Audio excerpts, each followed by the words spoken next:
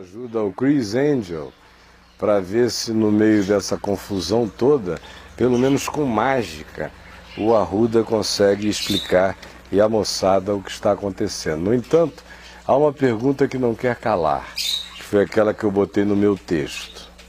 Se esse dinheiro todo tem a ver com o espírito natalino, com compra de panetones, a minha pergunta ao Arruda seria uma só. Governador, por que quando a seguir disse que tinha as fitas, o senhor falou a ele que precisava, no caso de divulgação, de ter 5 dias de aviso prévio, ou para o senhor tomar algumas medidas que seriam: a primeira, sumir, a segunda seria dar um tiro na cabeça, e a terceira seria matar o Durval. Quem diz isso declara a coisa mais séria do mundo, porque desaparecer para sempre, virar fantasma, sumir do mundo, dos amigos, da família, da existência, só um trauma de uma gravidade extraordinária. Dar um tiro na cabeça era uma coisa de dignidade antiga que nenhum político brasileiro exerce desde Getúlio Vargas, praticamente. Então o senhor estaria reinaugurando uma era de tão pesado e grave que seria o acontecimento. Ou matar o Durval, que lhe faria um homicida. De fato, não o colocaria numa categoria muito diferente daquela na qual o senhor já se colocou, mas seria um agravo a mais, tornar-se homicida. Se isso tudo era por causa de panetones, a pergunta que não quer calar é a seguinte: o senhor envenenava os panetones, é isso? Para ser tão grave assim, olha, me avisa, porque eu boto veneno nos panetones. Se pegarem a gente nessa situação, vai ser sério demais. Vamos ver as notícias da Globo News e a gente volta daqui a pouco conversando com o deputado, meu amigo Chico Alencar. Solta, Tiago, vamos lá para a Globo News. Vamos lá.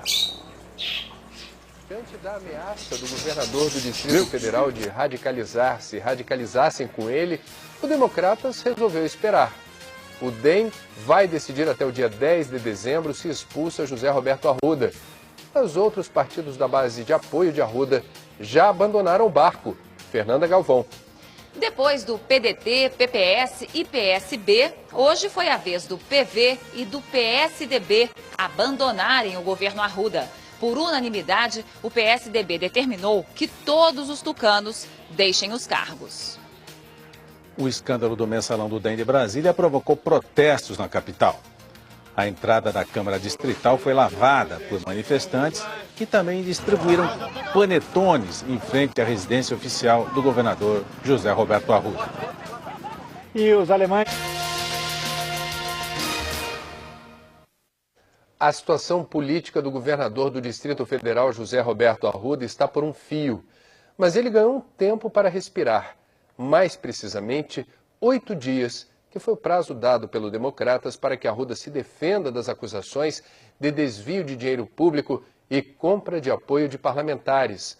O DEM abriu um processo disciplinar contra o governador e no dia 10 de dezembro anuncia uma decisão sobre o caso. Um grupo queria a expulsão sumária, mas prevaleceu a ideia defendida pelo presidente do partido, Rodrigo Maia, de dar este prazo. O governador Arruda divulgou uma nota para desmentir a informação de que teria ameaçado dirigentes do partido na reunião de segunda-feira. Garantiu que o encontro transcorreu em clima de elegância e respeito mútuo, sem nenhum tipo de pressão. E voltou a afirmar que tem condição de provar sua inocência. Vamos a Brasília, com Carlos Monforte ao vivo. Monforte, boa noite. O Democratas optou por dar mais um tempo para Arruda se defender. Agora, outros 5 partidos não quiseram esperar pelo desfecho do caso não e já abandonaram o barco. André, boa noite. Abandono de navio ou fuga em massa, acho que as duas imagens aí é que estão valendo. Afinal, depois de PDT, PPS, PSB, hoje foi a vez do PV e do maior aliado do governador Arruda, o PSDB, decidirem não pagar para ver. Por unanimidade, os tucanos determinaram que todos os integrantes do partido deixem o governo do Distrito Federal. Mas adiaram a decisão sobre investigar um secretário do PSDB suspeito de envolvimento no esquema. O chamado mensalão do Democratas de Brasília continua fazendo vítimas no cenário político. O presidente da Câmara Legislativa, aquele que guardou dinheiro nas meias, se afastou do cargo. E o corregedor-geral, que estava de licença médica, também promete se afastar esta semana. Partido Democratas, inclusive os líderes na Câmara e no Senado, queriam a expulsão imediata, mas a decisão foi adiada. Teria sido decidido alguma coisa se a nossa tese tivesse sido acolhida. Como ela não foi, você vai procrastinar por 9 dias uma coisa que podia ter ocorrido logo hoje.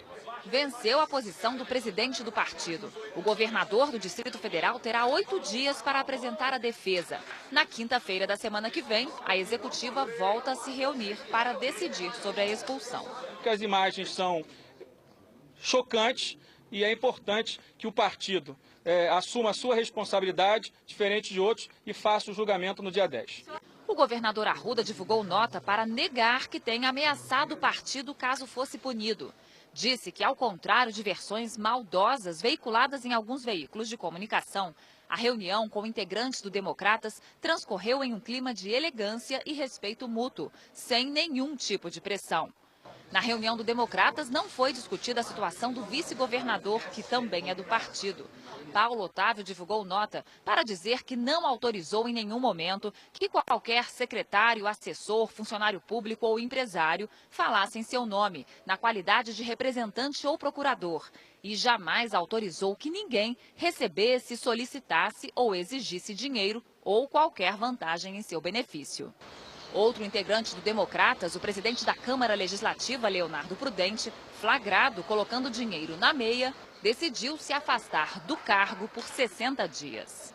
O governador Arruda vem perdendo apoio. Depois do PDT, PPS e PSB, que anunciaram ontem a saída, agora foi a vez do PV e do PSDB, grande aliado de Arruda desde o início do mandato, e que só no primeiro escalão chefiava 3 secretarias estratégicas, a de Fazenda, a de Governo e a de Obras. A nossa determinação de hoje não diz respeito ao presidente ou a quem quer que seja. É a decisão tomada. Nós não queremos mais participar do governo atual da cidade de Brasília. Mas o PSDB não tomou providência sobre as denúncias que envolvem o presidente do partido no DF, Márcio Machado, até hoje secretário de Obras, acusado pelo delator do esquema de participar da arrecadação e distribuição da propina. De Portugal, o presidente Lula preferiu não fazer julgamento antes do fim das investigações. A imagem não fala por si. O que fala por si é todo o processo de apuração, todo o processo de investigação. Então, quando tiver toda a apuração, toda a investigação terminada, a Polícia Federal vai ter que apresentar, um resultado final, um processo. Um presidente da República não pode ficar dando palpite, se é bom, se é ruim, ou seja... O presidente do Supremo Tribunal Federal reconheceu a gravidade das denúncias. Sem dúvida nenhuma, é um caso gravíssimo que exige reflexão. Aquilo que já foi revelado exige realmente uma ação imediata de todos os setores responsáveis. O ex-secretário de Relações Institucionais do governo Arruda, que foi quem gravou todos os flagrantes em vídeo, disse à polícia que todas as secretarias do atual governo estão envolvidas no esquema de corrupção. Ainda segundo Durval Barbosa, o desvio de dinheiro teria começado no governo anterior, Joaquim Roriz. Barbosa, que é ex-delegado e responde a mais de 30 processos judiciais, aceitou colaborar com a polícia em troca da redução da pena em caso de condenação. Nestas imagens, o diretor de um programa da Secretaria de Justiça, Luiz França, aparece recebendo propina. É o que garante o autor do vídeo, o ex-secretário de Relações Institucionais, que colaborou com as investigações para ter redução de pena dos processos que responde na Justiça. Segundo Durval Barbosa, o dinheiro teria vindo de uma empresa do setor de informática. O subsecretário pega o dinheiro e até dá troco. 30 aí, né? Não, aqui tem 3.400. Aqui tem 1.600. O ex-secretário Durval Barbosa disse à Polícia Federal que todas as secretarias lideradas por políticos faziam parte do esquema de arrecadação de propina, entre elas a Secretaria de Saúde, comandada pelo PPS. Nesse encontro, a diretora da empresa de informática Unirepro, Nerci Soares, entrega o dinheiro a Durval, que exibe a caixa cheia. Em outra gravação, a empresária diz que o dinheiro seria repassado ao subsecretário de Saúde, Fernando Antunes. Mas quem é essa? mesmo. Sempre tem o irmão dele. Ele e o irmão. O subsecretário, que também é presidente do PPS em Brasília, nega ter recebido dinheiro do esquema. Disse que a Secretaria de Saúde impôs um limite de gastos a essa empresa de informática e que por isso a empresária reagiu. Me parece que essa tentativa dela é para envolver outros segmentos do PPS, ampliar a crise e transformar o PPS e colocar o PPS nessa vala comum. Repelimos isso. O esquema também teria funcionado na Secretaria de Educação. Nessas imagens, gravadas com autorização da Justiça, assessores repartem R$298 mil.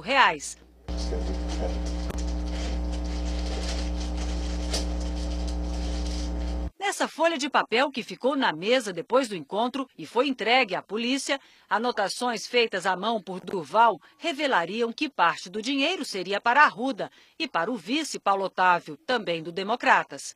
No relatório parcial sobre as investigações, a Polícia Federal afirma que existem indícios da prática reiterada de diversos crimes por uma organização criminosa aparentemente comandada pelo governador José Roberto Arruda. O esquema de corrupção e pagamento de propina, segundo Durval Barbosa, começou na campanha de 2006, durante o governo de Joaquim Roriz, na época do PMDB.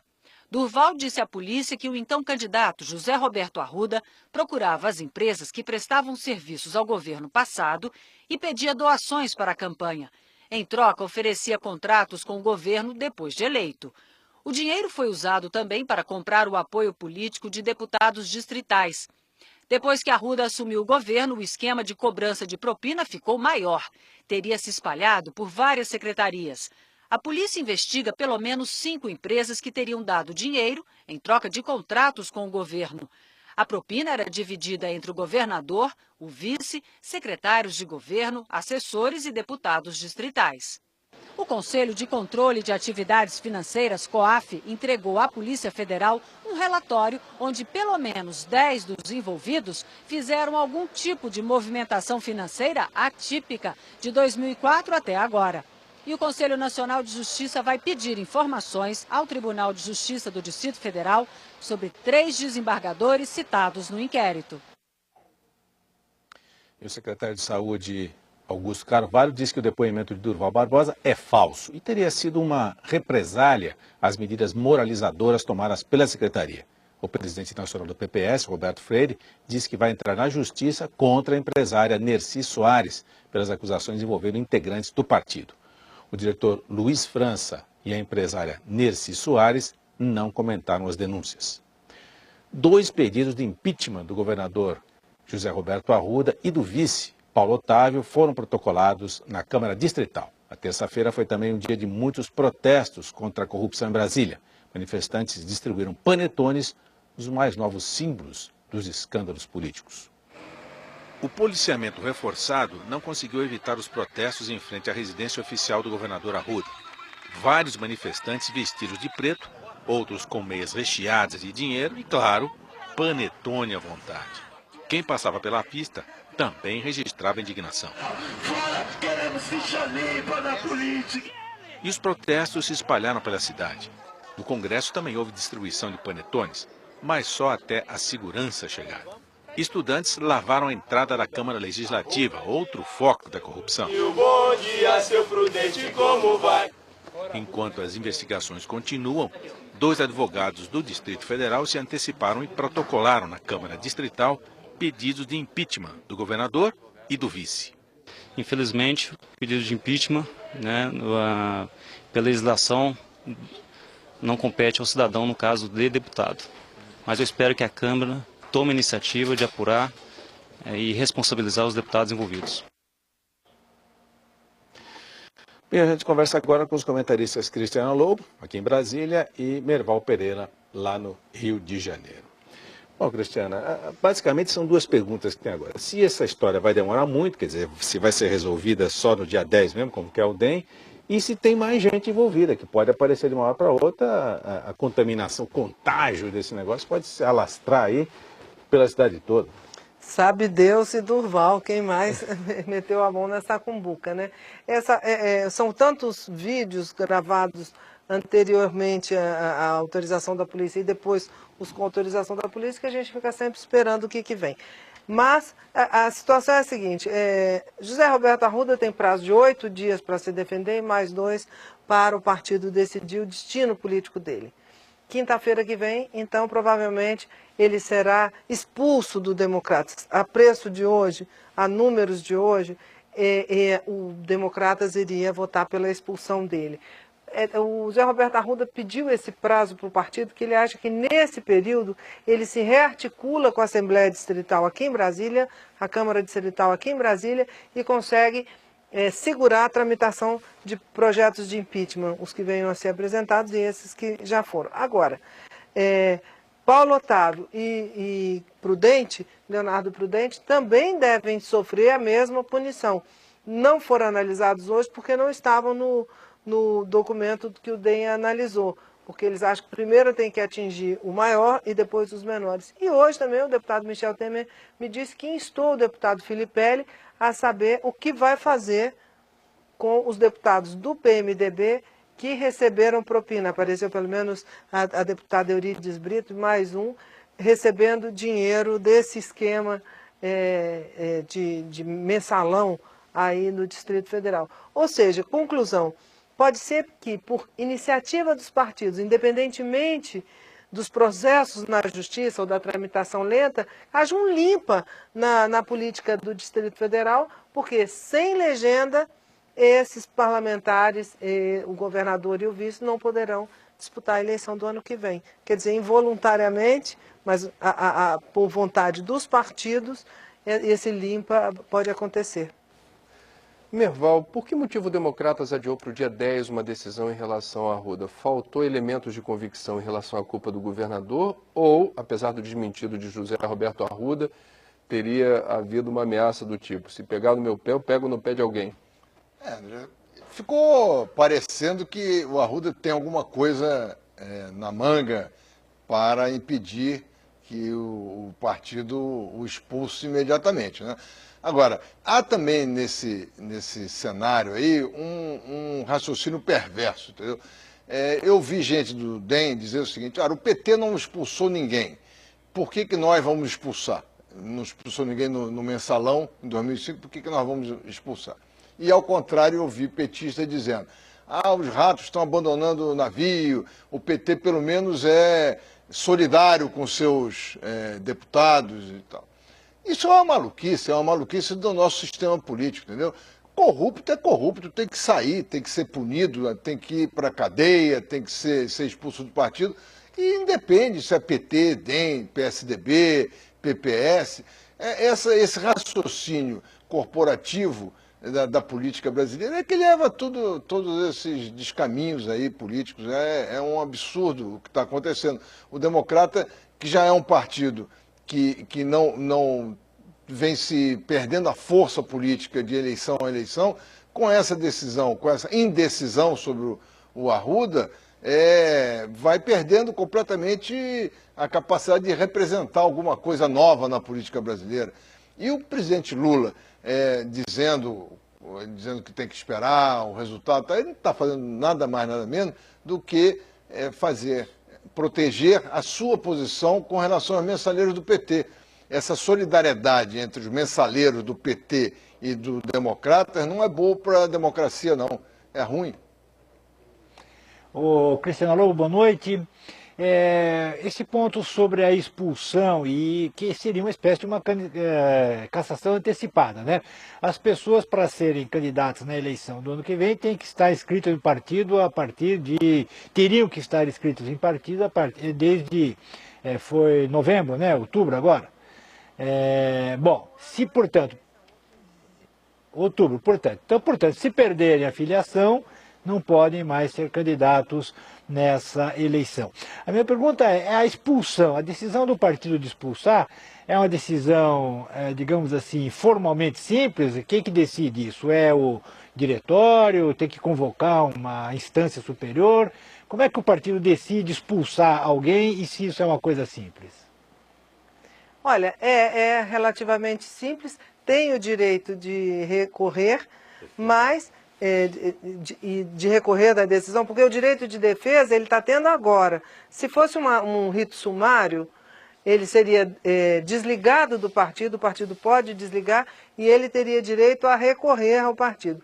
Como ele preferiu o outro modelo de se defender primeiro, ele tem o prazo para se defender, o partido faz se pronuncia sobre o assunto e ele ainda pode recorrer também, mas não para se defender. Mas aí o partido que se reúne e decide, ele pode até recorrer a outra instância da Justiça Eleitoral, mas não é o caso dele dizer que o partido mudou a sua orientação partidária. Então, é uma coisa que fica meio deliberado pelo partido mesmo, pela sua executiva nacional. Muito obrigado, Cristiana.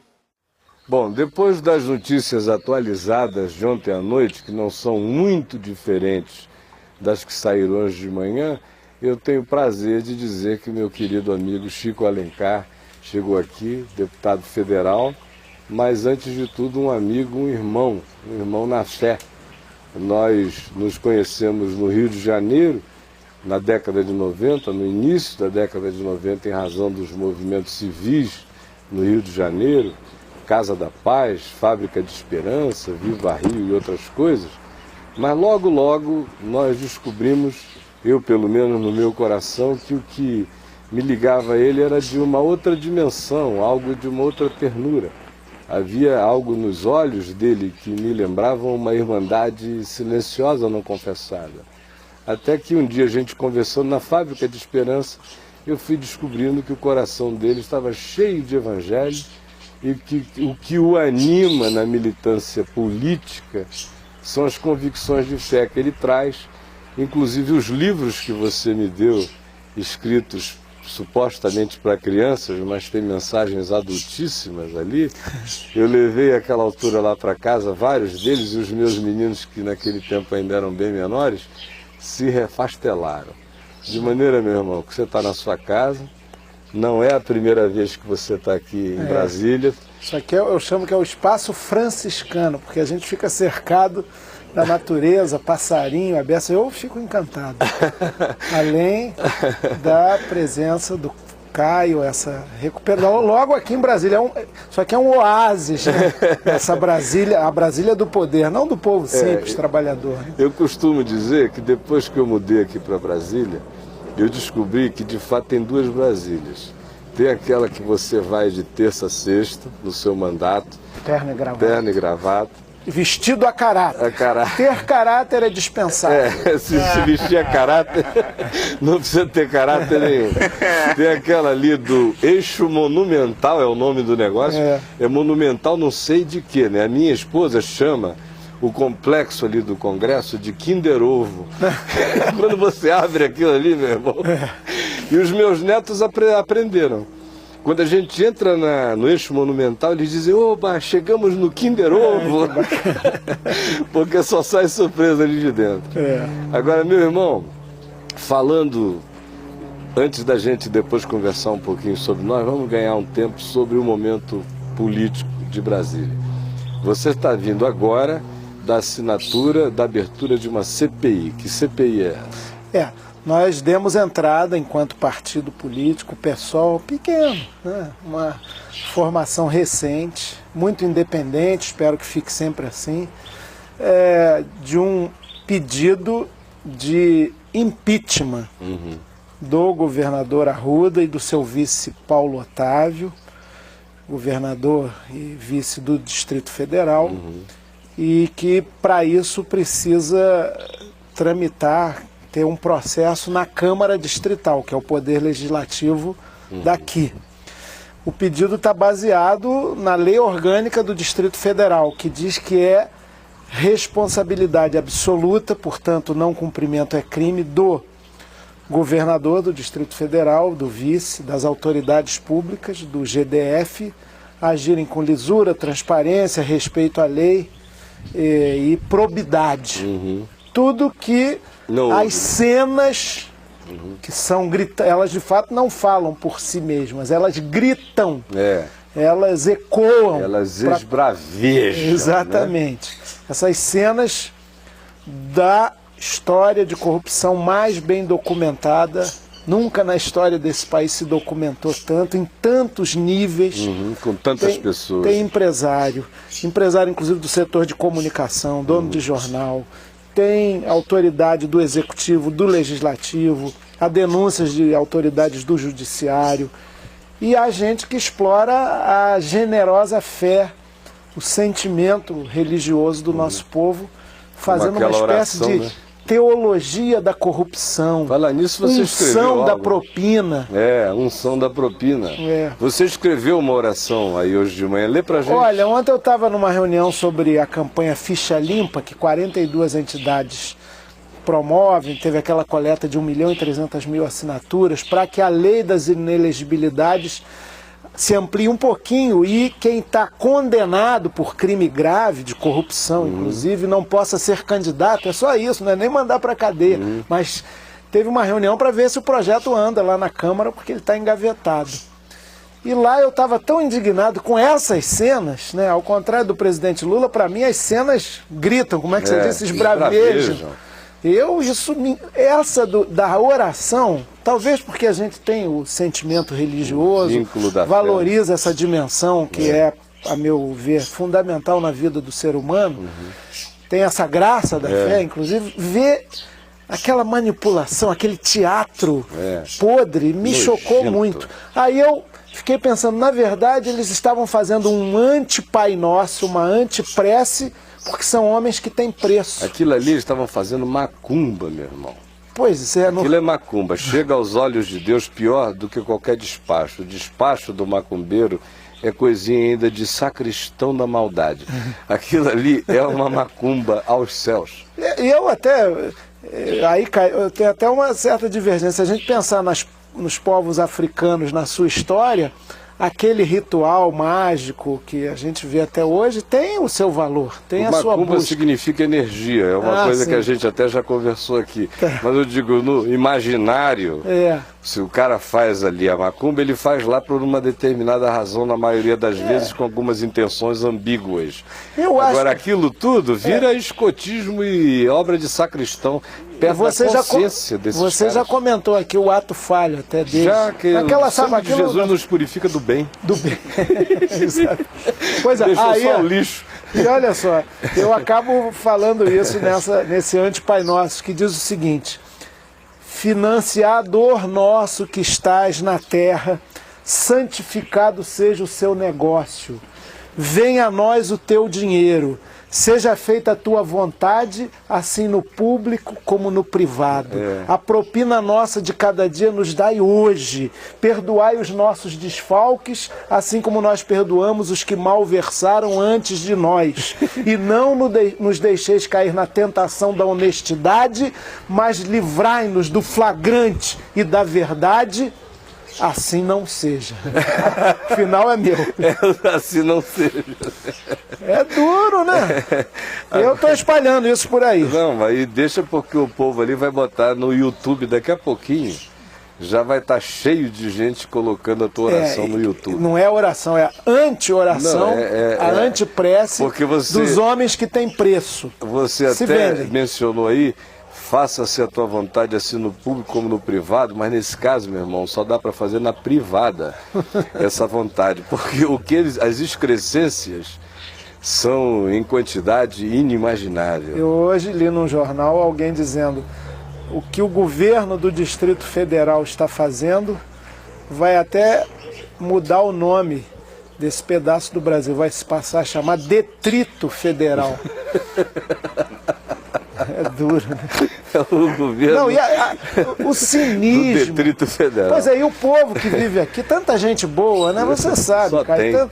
Tanta gente bacana, tanta gente honesta, né? Brasília é um fenômeno. E olha, eu conheci pessoalmente os dois demiurgos daqui. Na verdade, Brasília é obra do povo trabalhador, dos candangos todos, da gente que veio a maior parte do Nordeste.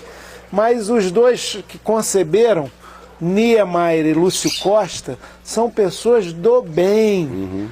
Eu sou afilhado daquela que foi quase uma mãe na minha vida, me introduziu uma série de valores fundamentais. Minha mãe querida, que é viva ainda, tem até ciúmes, da Magdala Ribeiro da Costa, a Dadá, irmã do Lúcio, que na minha infância era o seu Lúcio, que gostava de me pegar pelos braços, girar assim, numa casa lá na Tijuca, no Rio de Janeiro.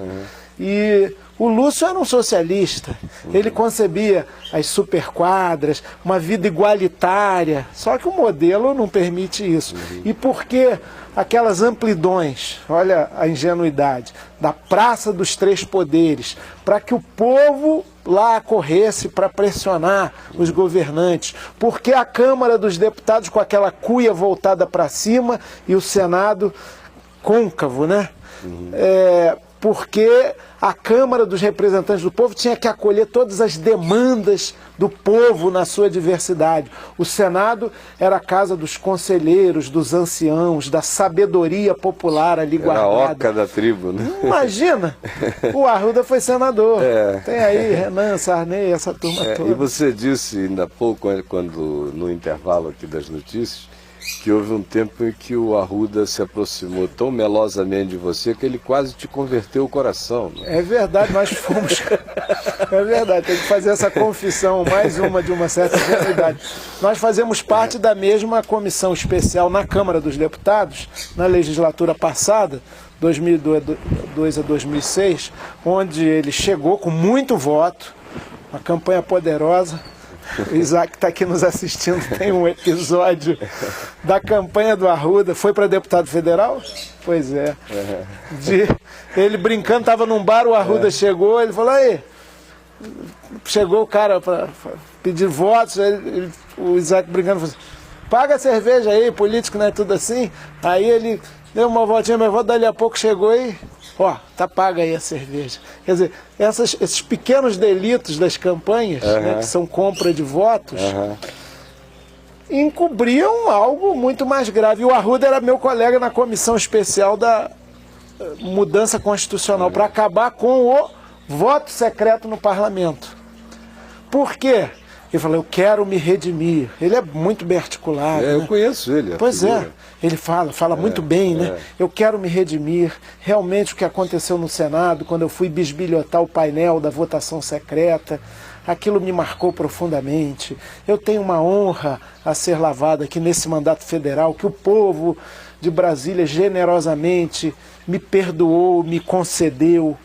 Então agora a minha missão é essa. Bom, o voto secreto continua existindo no parlamento, nós batemos muito nisso, mas não conseguimos. Aprovamos em primeiro turno, não aprovamos ainda em segundo turno, porque a reforma constitucional exige essas duas votações. E o Arruda, redimido, se bem que ele andava com mais companhias, eu devia ter mas percebido ele não consegue. Isso. Não consegue sair Se ele não dela. se converter, ele vai continuar com as más companhias. Virou governador do Distrito Federal. Mas ele te falou o quê? Que ele chegou com isso e que a missão dele era exatamente estar ali como deputado federal para espiar o pecado dele, ajudando, contribuindo, sendo ponta de lança da transparência absoluta na ação pública e do fim do voto secreto. Eu falava para os meus amigos, pô gente, eu estou lá nessa comissão especial, sabe que o Arruda está mesmo mudado, está arrependido. Claro que quando eu vi ele, DEM, Roriz, esses esquemas, eu falei, é difícil passar incólume com essas alianças aí. Vou falar em passar. Agora, eu não sabia que a coisa era tão pesada. Mas as cenas, para você não surpreender? Eu ousaria te dizer porque que não é uma certa sensação de... Não é um descuido total, não é? Morando aqui, Chico, e eu moro aqui e eu não procuro saber de nada. Eu não saio de casa. Quem quer falar comigo vem aqui. Eu faço tudo daqui. Daqui a gente atinge milhares, milhões de pessoas. É uma espécie de monastério aqui? Aqui, aberto para todos os lados. Sim. E vem gente o tempo todo. E eu ouço coisas. Para mim, diante do que eu já ouvi, isso aqui é a cutícula. Em termos quantificáveis, o que apareceu é a cutículazinha. Aqueles maços de notas. Aquilo ali é bagatela. É a bagatela da história inteira. Porque a gente está falando de gente como o Paulo Otávio. O Paulo Otávio lida com cifras, meu irmão, que faz isso aí tudo virar uma bagatela. Isso aí pode ser dinheiro para o Arruda, que é um duro querendo se enriquecer num mandato. E agora, o Paulo Otávio, isso aí para mim, as destinações são diferentes, é só uma ilação, uma ficção em relação ao que eu assisto. Na minha maneira de ver, para o Arruda, uma quantidade enorme vai para ele e uma outra para continuar pagando o esquema. Para o Paulo Otávio, ao meu ver, essa grana toda entrava apenas para o esquema dele, para ele não ter que tirar do caixa dos negócios dele. Porque o caixa dos negócios dele é fabulosamente maior do que isso tudo. E ele, como grande empreendedor, empresário, né, tem Paulo Otávio em tudo que é canto aqui de Brasília, né? Certamente, de alguma maneira, muitas dessas inúmeras obras do GDF, ele está lá. Ele tinha meios de ganhar isso. Por exemplo, ele ganhou a vice-governadoria, tinha um shopping que tinha sido embargado há anos aqui no Lago Norte.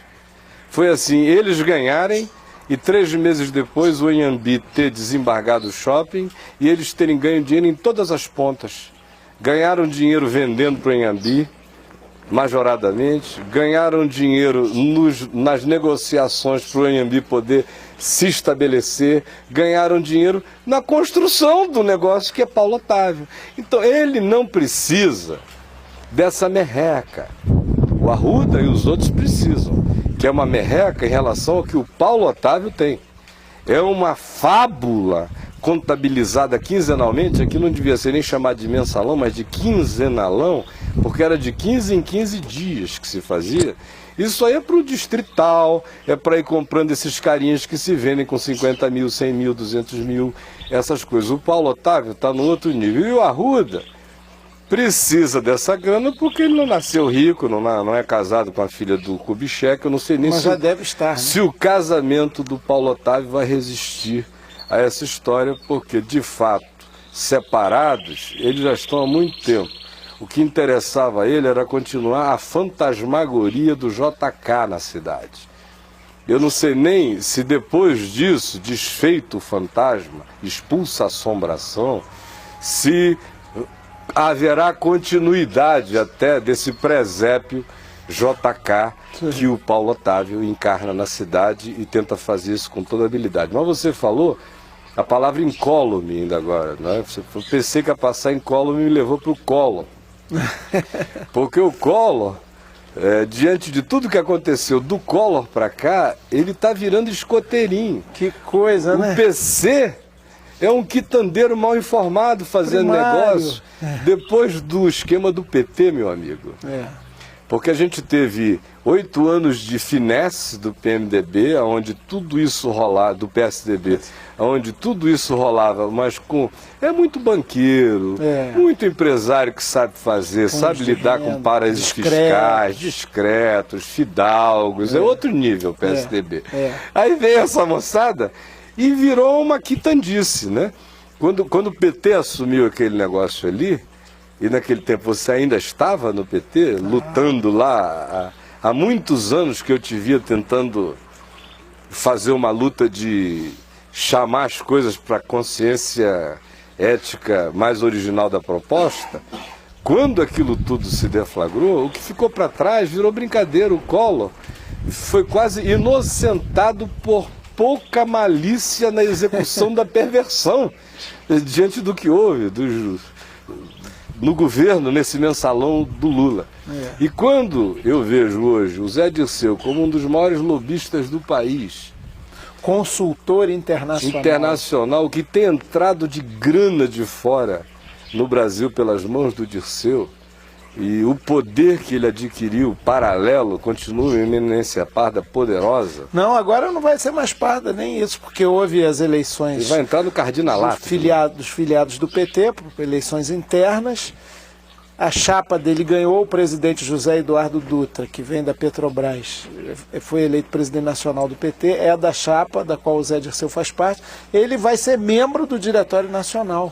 Vai voltar tudo então como está reabilitado, digamos, publicamente, porque nunca perdeu poder internamente. O Tarso até tentou travar uma batalha, foi presidente durante um tempo, mas o Lula está vestido a caráter como presidente, mas está faltando coisa dentro dele.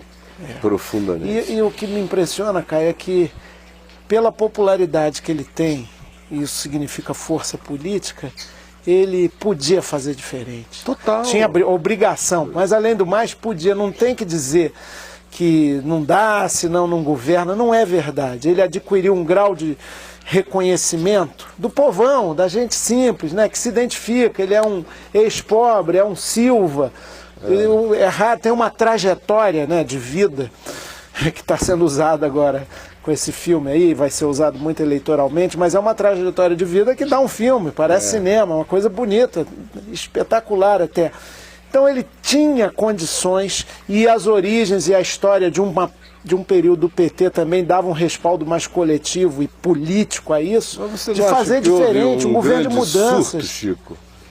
Porque eu me lembro que 6 meses depois deles terem tomado posse, por uma razão que não vale aqui dizer qual é, eu já até disse em outros programas, mas não é a hora aqui agora, eu fui ao Palácio do Planalto, Lula estava no... Eu até já te contei essa história. Você me contou. Estava na Inglaterra, eu conversei com o Gilberto de Carvalho, e o Gilberto me disse do nada, olha, a gente só está 6 meses aqui, mas eu não reconheço mais quase ninguém. Está todo mundo surtado. Os companheiros, gente, chegam aqui, é cada um mais surtado que o outro. E para mim, ninguém surtou mais do que o Lula. Porque outro dia a gente fez um programa inteiro sobre o Lula, a comparação entre o Lula político e a Lula do fundo do mar. Sim. Que é inteligente, está provado hoje cientificamente que é um dos animais, uma das criaturas mais inteligentes da criação. As Lulas, né? É, um cérebro extraordinário, inteligência de lógicas. Fabuloso. Mais que os golfinhos. Mais do que os golfinhos. Olha. Além de todo equipamento de mimetismo extraordinário, o octopus de 8 braços, uma capacidade de entrar em qualquer lugar, penetra, e aquele poder, a versatilidade de tantos braços, dá ela a chance de agarrar um Obama por aqui, dar um beijinho, ter um casinho de amor com o Gaddafi acolá, manter uma relação de amaziamento problemática, mas nunca negada e nunca firmada com o Chaves, aí fica surtado com as delícias do Sarkozy da França, aí joga nas 11. Joga em todas e quer fazer o que Jesus disse que era para não fazer. Se existe sal na terra, ele tem que estabelecer uma contradição, um contraditório com o elemento existente. Ele quis virar terra da terra, sal do saleiro. Em outras palavras, o Lula não está afim de bater de frente com coisa alguma. Ele gostaria de ser uma síntese gandhiana, mandeliana, Martin Luther Kingiana, e você agrega isso algum tipo de charme francês à história. Porque ele não está interessado em ser um indivíduo que bote as caras para dizer de fato algo que não... Quando ele diz algo que contraria o establishment, ele diz isso porque agrada o resto da humanidade inteira. O grande surto dele hoje é ser uma figura planetária. Esse surto planetário do Lula ainda vai acabar muito mal. Ele, a meu ver, está granjeando e semeando algumas sementes que o Brasil não precisava semear. As coisas ficariam de bom tamanho em grandes políticas ambientais, de discussão ambiental, de bom tamanho em relações comerciais, que fizeram o Brasil e o país se alavancar nesse sentido enormemente, em parcerias. Ficaria de bom tamanho fazendo parte de grupos que fossem grupos de socorro em regiões de calamidade. Agora, o cara está começando a querer advogar questões relacionadas a políticas relativas a não só a energia atômica. Ele está metendo o nariz dele em coisas para as quais a gente não está preparado, o país não está, ele não está. Ele não fez curso com o Chris Angel, aquele mágico, que é o que eu estou recomendando o pessoal do GDF fazer. E o que eu noto é uma falta de vértebra total. Ontem eu fiquei vendo... Bom, você falou de Gandhi, só que o Gandhi sempre é uma contrafação grosseira, é uma imitação precária, né?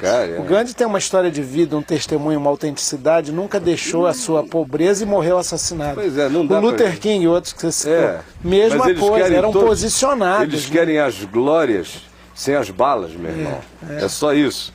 São glórias sem Eu balas. imagino que o Lula, lá no íntimo dele, pensa o seguinte: daqui a 4 anos eu volto como presidente, mas aí já vou estar quase septuagenário, e aí exerço mais um mandato, conforme for só um, se der 2, e depois você ainda secretário-geral da ONU. Não é porque se foi o Kofi Annan, agora o Ban Ki-moon, aí é a vez da América do Sul. Teoricamente falando, já tem gente cogitando para isso agora. Já agora? Já tenho lido nesse tempo aí. Nesse tempo, já tem de 3 meses para cá, ele já vem sendo cogitado para ser secretário da ONU, presidente do Banco Mundial. Sim. O que para ele não era muito interessante, eu também li, porque para ser presidente do Banco Mundial o cara sofre um escrutínio que no caso dele não seria legal. O secretário-geral da ONU fica mais fácil, é mais político, entra com mais facilidade, tem mais vaselina naquele ambiente.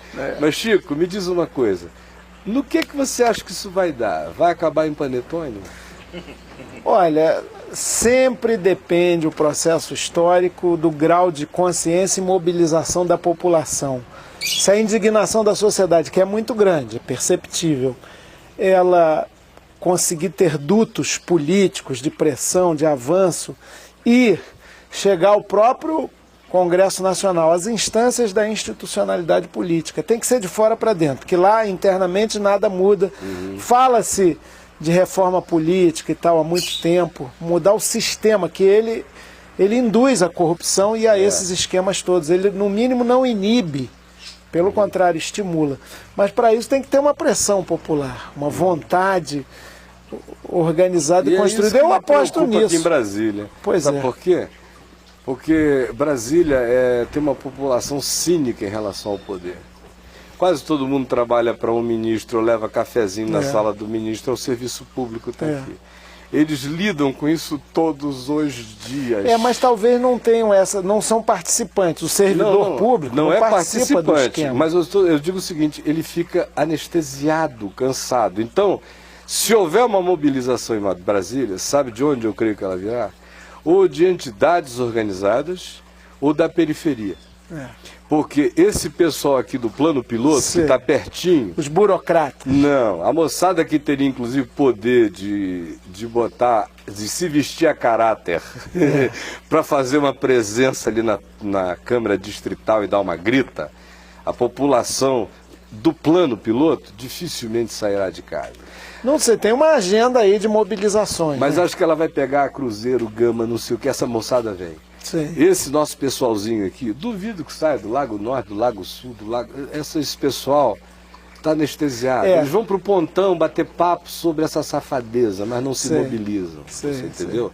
A minha esperança ainda está nas entidades de classe, nas organizações e nos movimentos populares da periferia, porque o que você viu, o que apareceu ontem na casa dele, em Águas Claras, na residência oficial, e na porta da Câmara Distrital, era tudo gente da periferia.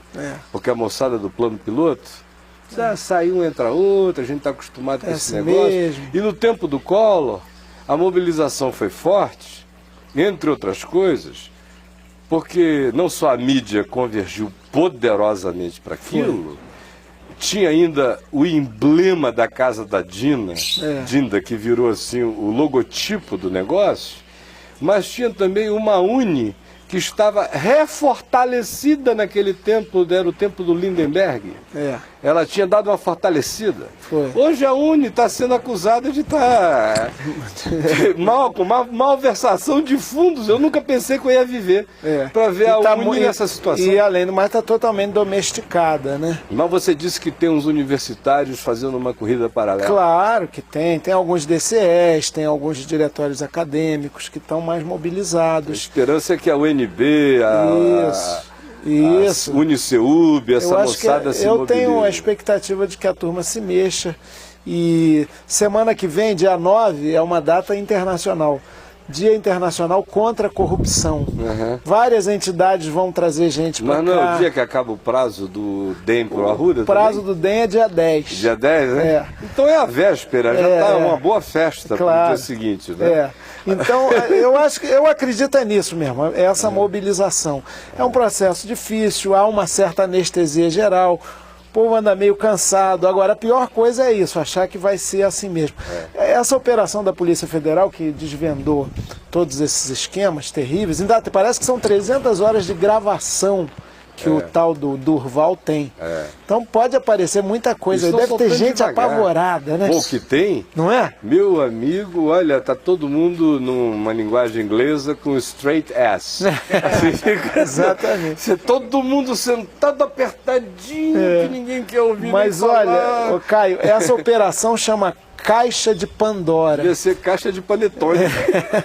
Na mitologia grega é muito interessante, porque a Pandora, ela casou, foi enviada, uma mulher muito linda, sedutora, para ser casada com o irmão do Prometeu, acorrentado, que desafiou, queria pegar o fogo dos deuses.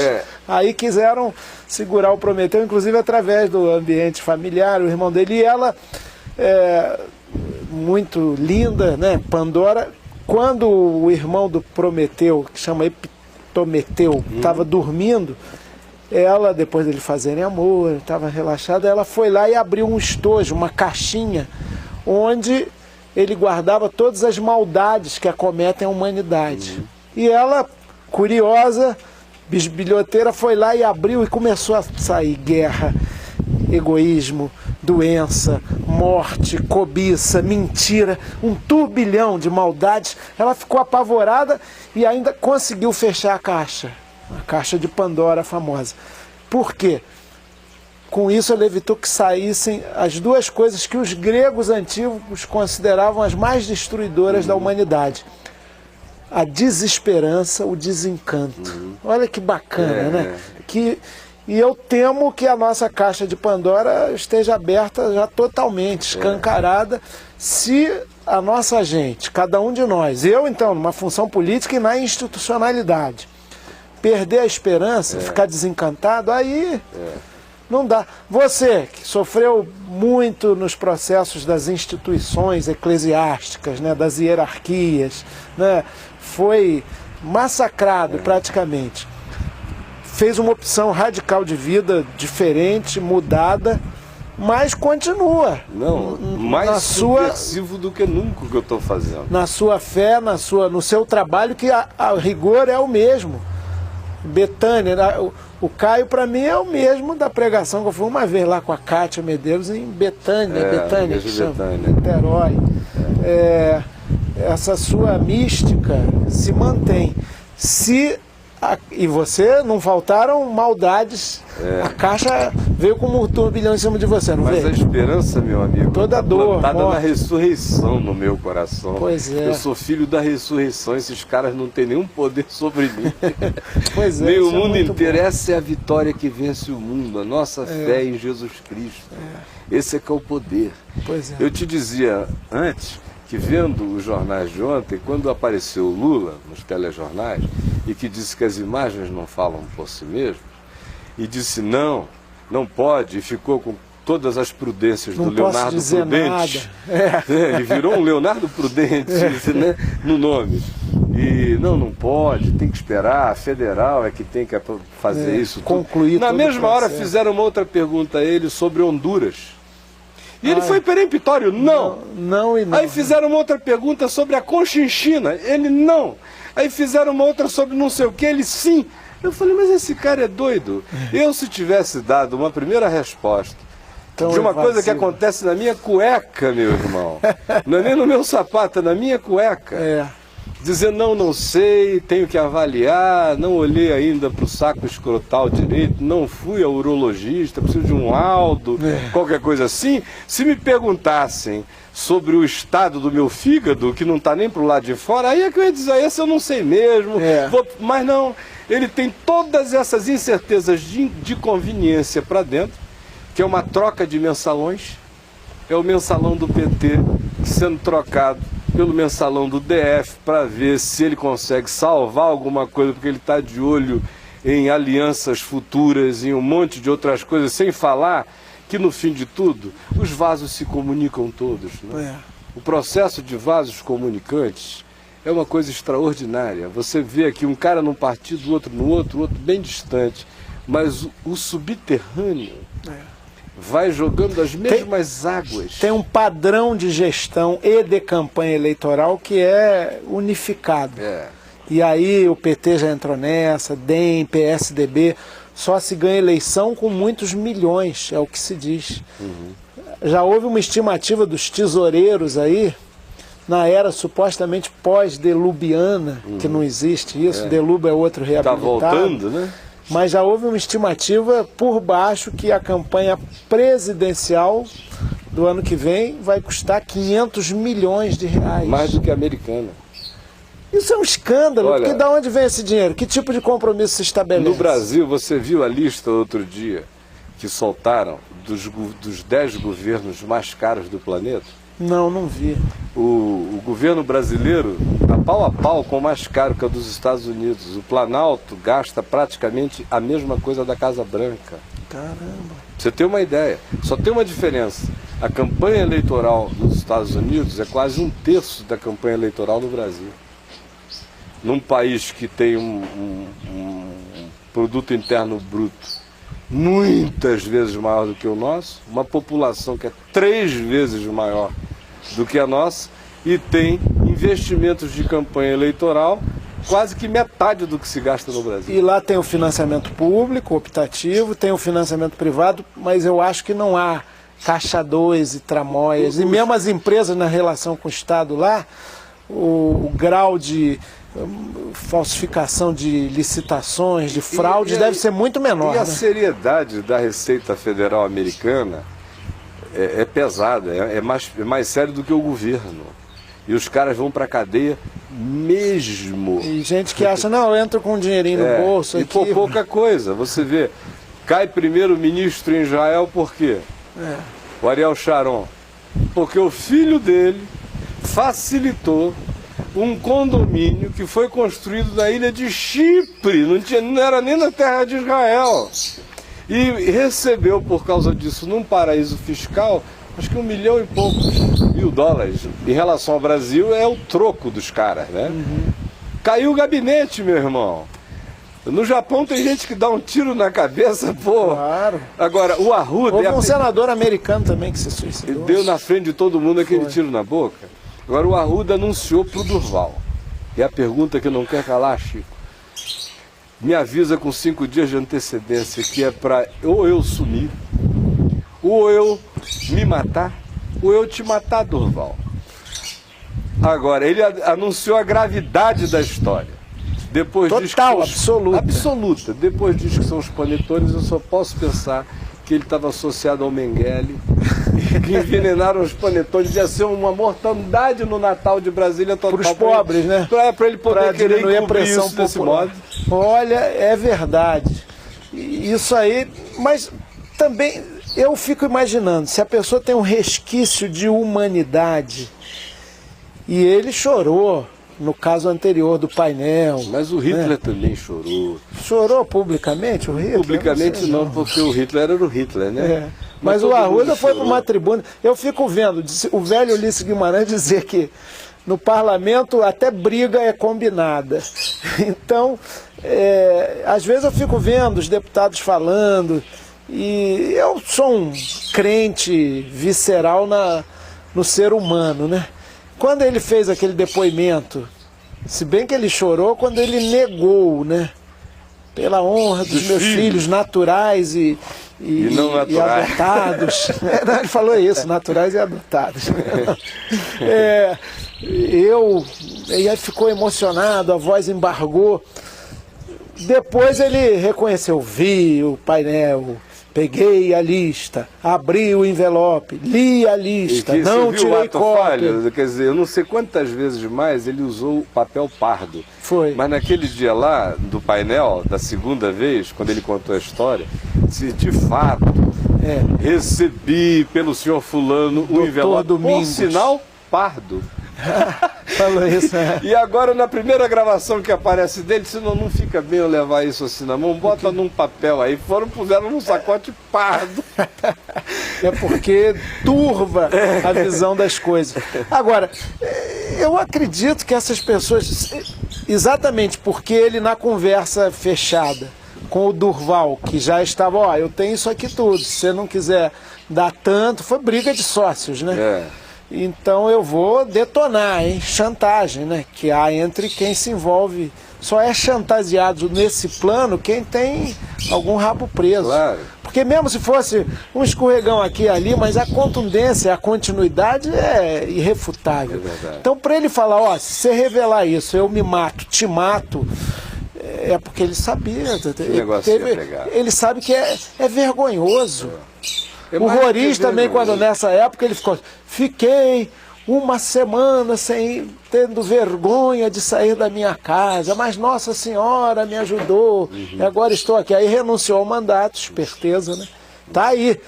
Eu acho que também o pessoal tem que entender que esse esquema do Arruda é o mesmo do Roriz. Porque o Roriz... Tem gente que acha que ele vai se beneficiar eleitoralmente. Eu acho que não vai sobrar para ele. Eu acho não que vai, ele vai sobrar para ele também. Com muito temor. Não é? Com muito medo. Se vai sobrar para ele, eu não sei. Na prática, porque até agora não se documentou nada. Mas o Durval era o homem o Durval dele. Dizendo, eu vim de lá. É. Mas se o Durval, se as imagens não falam, se essas imagens não falam por si mesmas... As que não existem que não falarão. Essas vão ser mudas mesmo. Então, eu não creio que, do ponto de vista assim, da eleição, a menos que se o embargue por alguma razão, não creio que ele vai se prejudicar. Eu creio que ele vai se prejudicar no que diz respeito ao nível de suspeição com o qual, eventualmente, se ele for eleito, ele venha a governar. Com a pressão do Ministério Público em cima de dia e de noite. São 300 horas de gravação, né? Tem muita coisa ainda. Pode vir de antes de 2006, do próprio governo Roriz. Agora, eu não sei, esse Durval, eu não sei se ele entrou numa de... Está isolado, está querendo se safar, porque tem muitos processos, desde a época do Roriz. 32 e um somatório de acusações de evasão de 400 milhões de reais. É delação premiada. Ele está sob o esquema de proteção à testemunha. Para ele, olha, ele vai ser condenado. Agora, ele está pensando em redução da pena, né? Então, para ele, poupar o Roriz não é jogo também, a essa altura. Eu queria te perguntar o seguinte... Eu sei que o tempo está correndo e você tem um dia longo. Tem. E deixa eu te perguntar uma coisa. São 9 ou 10 implicados nas gravações que pertencem à Câmara Distrital, deputados distritais. Só são 24. 9 implicados, 3 sob suspeição. Sobram 11. Alguns já estão entrando no processo de pedir férias, licença médica e não sei o quê. Se a CPI que vocês protocolaram hoje só pode se efetivar dentro do ambiente da Câmara Distrital, com esse processo de desmobilização, o que se poderia fazer? A menos que a moçada vá toda lá para a porta, faça um estardalhaço e obrigue até o diabo a votar contra si mesmo nessa história. Do contrário... Claro, ali é um jogo de cartas marcadas no momento. Agora, o parlamento, mais do que outras instâncias, ele é absolutamente pressionável. E o parlamentar, aquele que depende do voto popular, ainda mais a um ano do pleito, a menos de um ano de um pleito, todo mundo em geral fica pensando em reproduzir os mandatos, ele fica muito sensível a isso. Então pode ser que o diabo resolva tacar fogo em si mesmo. Se houver essa mobilização. Agora, sem essa pressão... Que mobilização você sugeriria que as pessoas fizerem? Por exemplo, existe algum lugar onde as pessoas podem mandar e-mail a esse respeito dizendo que não aguentam mais? Bom, primeiro para todos os deputados distritais e atingir também, porque ontem o Zé Aníbal, líder do PSDB, teve a cara de pau de dizer o seguinte, não...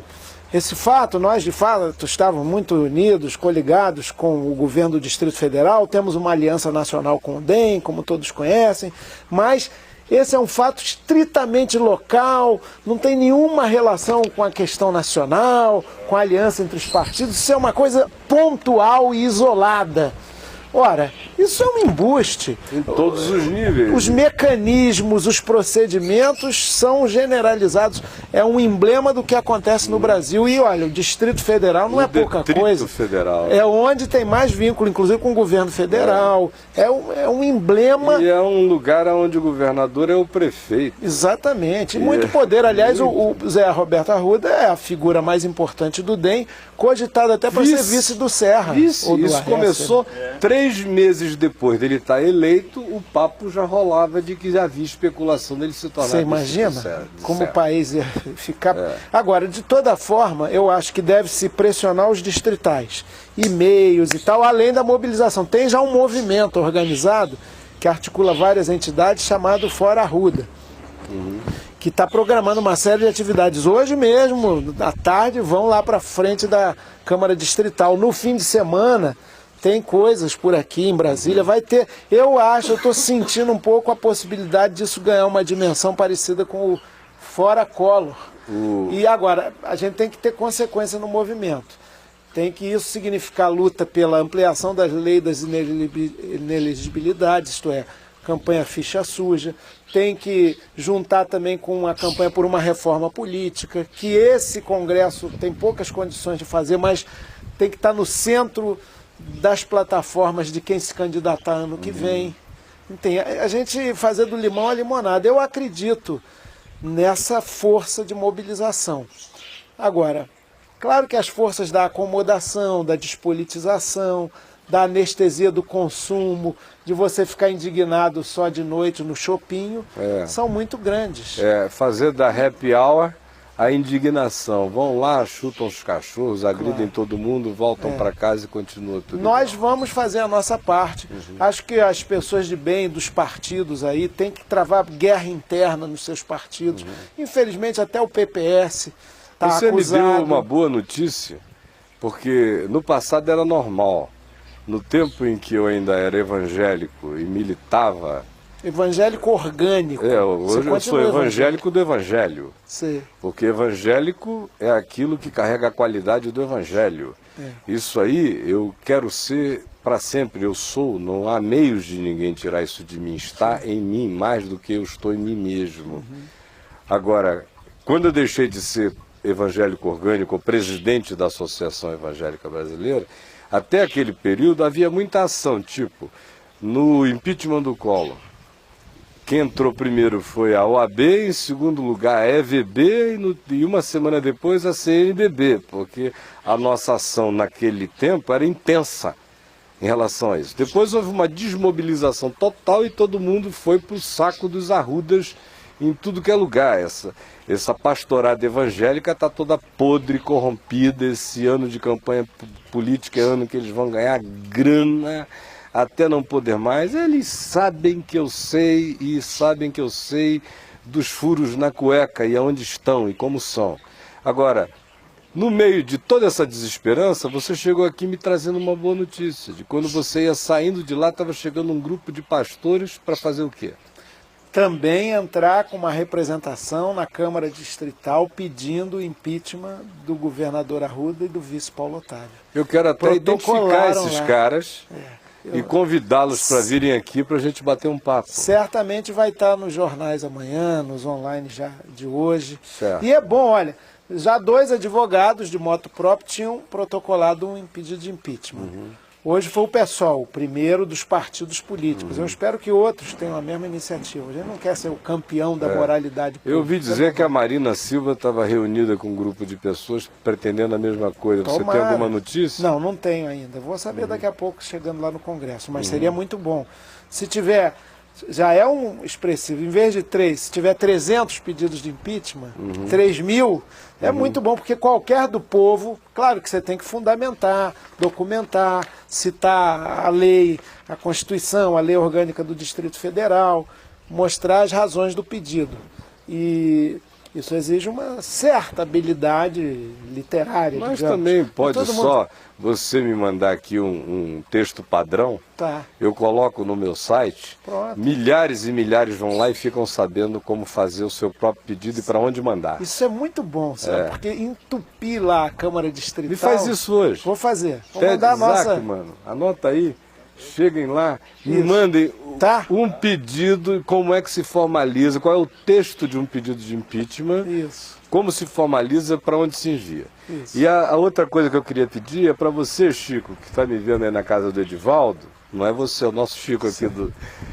por favor, ponha todos os e-mails dos deputados distritais no site, ou me mande que eu escrevo um texto e coloco o e-mail dos 24, é um número até meio pouco interessante. Quando a gente era criança pegava mal 24, né? Mas acho que está passando. Depois, não, já passou há muito tempo. Mas a gente manda para os 24. Você sabe por que é isso, né, cara? É? Porque o 24... Não, só sei do 7. Qual é a do 24? 24 no jogo do bicho, que começou generosamente com o Barão de Drummond lá no Rio de Janeiro, né, para sustentar um zoológico que ele tinha particular. Ele fazia no fim do dia um sorteio de algum dos bichos lá e dava um brinde qualquer, uma coisa bem pueril, assim, bem simples. Mas aí no jogo do bicho, o número 24 é o viado. É o viado.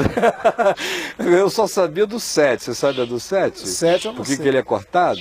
Não. Porque quando Moisés desceu com as tábuas da lei do monte, leu para o povo de Israel, ele falou: o que vocês acharam? Aí o povo gritou: corta o 7, corta o 7. O 7. Aí ele foi, não entendeu por que, botou o tracinho, que é o não adulterarás, né? Gente, deixa eu acrescentar, só para pegar o embalo, todos que estão aí acompanhando e querem mostrar essa indignação cidadã, além de acompanhar o calendário das mobilizações, que hoje o Boechat na Band News até pediu para o pessoal mandar e-mail, chegou um monte de coisa, atividade dessas que estão sendo programadas. Mas além dos e-mails para os deputados distritais, os 24, mandar também para todos os líderes dos partidos que têm representação no Congresso Nacional. Então eu vou pedir outro favor a você. Eu tenho os e-mails de todos os senadores e de todos os deputados, mas eu queria ser mais específico. Me manda esses que o Chico recomendou, os que líderes de partido, são as pessoas que vão sofrer a angústia da pressão e que vão pensar na sua própria reeleição e no grupo inteiro. Esse pessoal que a gente precisa angustiar. E eu boto no site, eles vão começar a receber e-mail que eles nunca imaginaram na vida, de todo lado. Ótimo. Eu quero agradecer muito, mano, você ter vindo aqui. Obrigado. Você sabe que a casa é sua. Isso. Não só por papo de graça, quando você quiser vir falar, mas quiser vir tomar aquele cafezinho. É, muito bom. E a gente Deixa trocar eu só- outras ideias. Olha, aqui me recuperou também, a gente vive oscilando, porque tá ali naquele ambiente da institucionalidade, é pesado, é duro, né? Mas, para além do meu Flamengo, que vai ser campeão brasileiro, que é uma alegria. Timezinho safado teu, hein, cara? Corre lá de trás e chega na frente. Pois é, uma impressionante. coisa Você vê que horrorosa. isso nos dá esperança que as coisas podem mudar. Não, tem um histórico. É campeão brasileiro, são, sei lá, 50 partidas. Então, é claro se que ganhou mais pontos, não foi por um jogo aqui, não foi roubado. Não foi o Durval que o fez chegar lá de jeito nenhum. Mas eu queria dizer o seguinte, nesse fim de semana, além dessa possibilidade do Flamengo conquistar o título no Maracanã contra o Grêmio, eu vou lá, uma festa bonita, rubro-negra. Mas Você vai lá? Vou com os filhos, vai ser, beleza. estamos nos preparando. Mas eu vivi nessa semana que passou um encontro maravilhoso, que é do Movimento Nacional de Fé e Política, que fez o seu 7º encontro. Dessa vez foi em Ipatinga. Gente que faz trabalho de comunidade, trabalho de base, o povo miúdo de Deus desse Brasil reunido lá, 3.000 pessoas. E o tema central foi espiritualidade, ecologia e economia. Que maravilha. Foi uma beleza. Maravilha. Ali eu saí cheio de esperança no Brasil. Amém. A gente não vê muitas vezes, não sai na Globo, não está na novela, não está nem nos jornais, mas há um Brasil Às bonito vezes não que está tá nem na sendo... internet, meu irmão. Poxa, que é o território livre, que a né? internet que é a grande mídia democrática, o cara pode pegar de um celular Claro. e mandar. E uma das coisas que a gente está afim de fazer aqui, usando a nossa TV na web, porque esse é um futuro irreversível. Essa TV aqui não, é um futuro irreversível. Claro. Tem gente assistindo aqui na Austrália, na África, na Europa, nos Estados Unidos, a nossa audiência, 30% dela vem dos Estados Unidos. Olha só. De brasileiros nos Estados Unidos, no mundo inteiro. E aí o que acontece? Você está sendo visto agora por algumas milhares de pessoas nesse momento ao vivo. Às 3 da tarde se vai repetir, um outro tanto das mesmas milhares de pessoas vão te ver de novo. Às 9 da noite vai ser repetido, um terceiro grupo vai te ver. Aí o Chico Pacheco, que trabalha aqui com a gente, vai colocar esse programa no On Demand, que é uma espécie de YouTube da nossa TV, onde tudo que vai ao ar fica lá estocado para sempre, para o cara ver a hora que quiser. E são milhares, é muito mais horas de gravação do que o Durval ofereceu. Milhares e milhares de horas de gravação. Que você pode ver. Daqui a mais alguns poucos dias, 2, 3 dias, o Chico vai ter posto esse nosso papo lá no On Demand. Aí é que o bicho vai pegar. Hoje já vai estar cheio de YouTube com o que a gente acabou de conversar aqui. Eles vão selecionar pedacinhos, que o pessoal é subversivo. Sei. Eles vão soltando. Pedaço e pedaço vai lotar o YouTube. Mas daqui a 3 dias a conversa na íntegra vai estar. No fim do mês, 1 milhão de pessoas pelo menos terão assistido essa nossa conversa. E é um público que acessa a internet, que sabe caminhos e que tem uma capacidade de multiplicar essa informação muito mais do que a gente imagina e que o Ibope não mede. E essa que foi a grande estratégia do Obama, né? Quem não aprendeu com o Obama o valor e o significado pós-moderno da internet para o bem e para o mal, não aprendeu ainda nada sobre como falar com as pessoas no planeta hoje, a custo quase zero, baixíssimo, sem depender de dono de nenhum tipo de emissora ou de veículo de comunicação manipulador.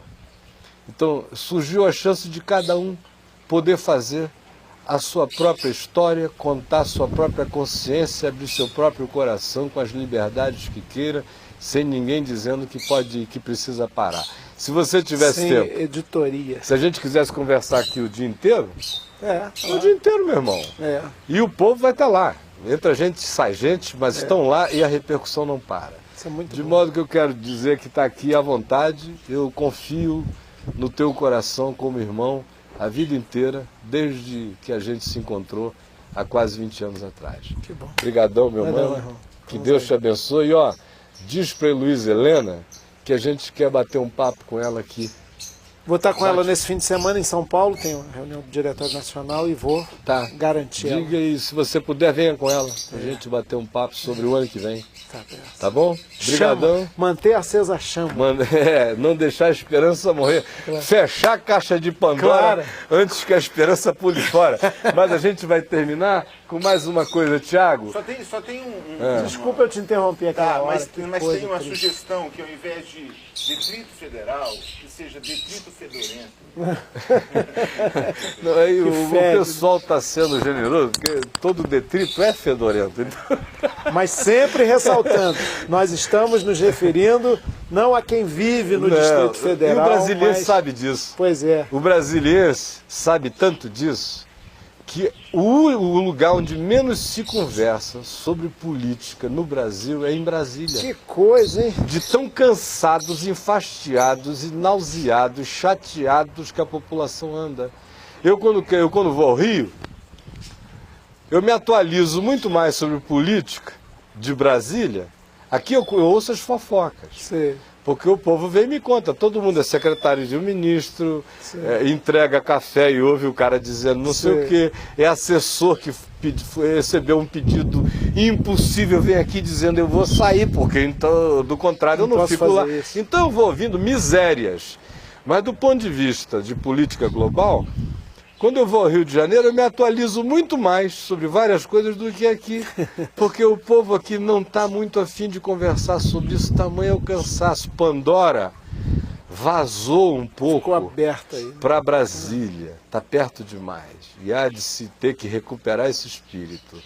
O que eu queria, Tiago, é que para a gente terminar, você soltasse a sugestão, eu não tenho nada a dizer ao Arruda, das 3 coisas da gravidade que ele atribuiu, a primeira era: me avisa com 5 dias, porque se for isso, eu vou sumir. A segunda é: eu vou me matar. A terceira é: eu vou te matar. Ele não matou o Durval, está sob proteção de testemunha, não se matou porque ele não tem nem bagos para isso. Demanda um outro tipo de homem que não se vista a caráter, que já morreu há muito tempo, e não é uma sugestão que eu faça a ninguém, como alguém que ama a redenção, a recuperação, a regeneração da vida humana. Eu de todo o coração gostaria de ver o Arruda se transformar num homem de sorte, segundo Deus, não de maracutaias, numa Arruda de perversidade e que acaba se associando à Arruda malévola. Mas então, como ele não... Nem desapareceu. Né? Como ele não desapareceu, fica mais uma sugestão do consultor que eu proponho para o GDF, que é o Chris Angel, aquele mágico que faz miséria. Tiago, vamos terminar o programa com uma sugestão ao Arruda. Não matou o Durval, não se matou, restou uma opção. Chris Angel com você.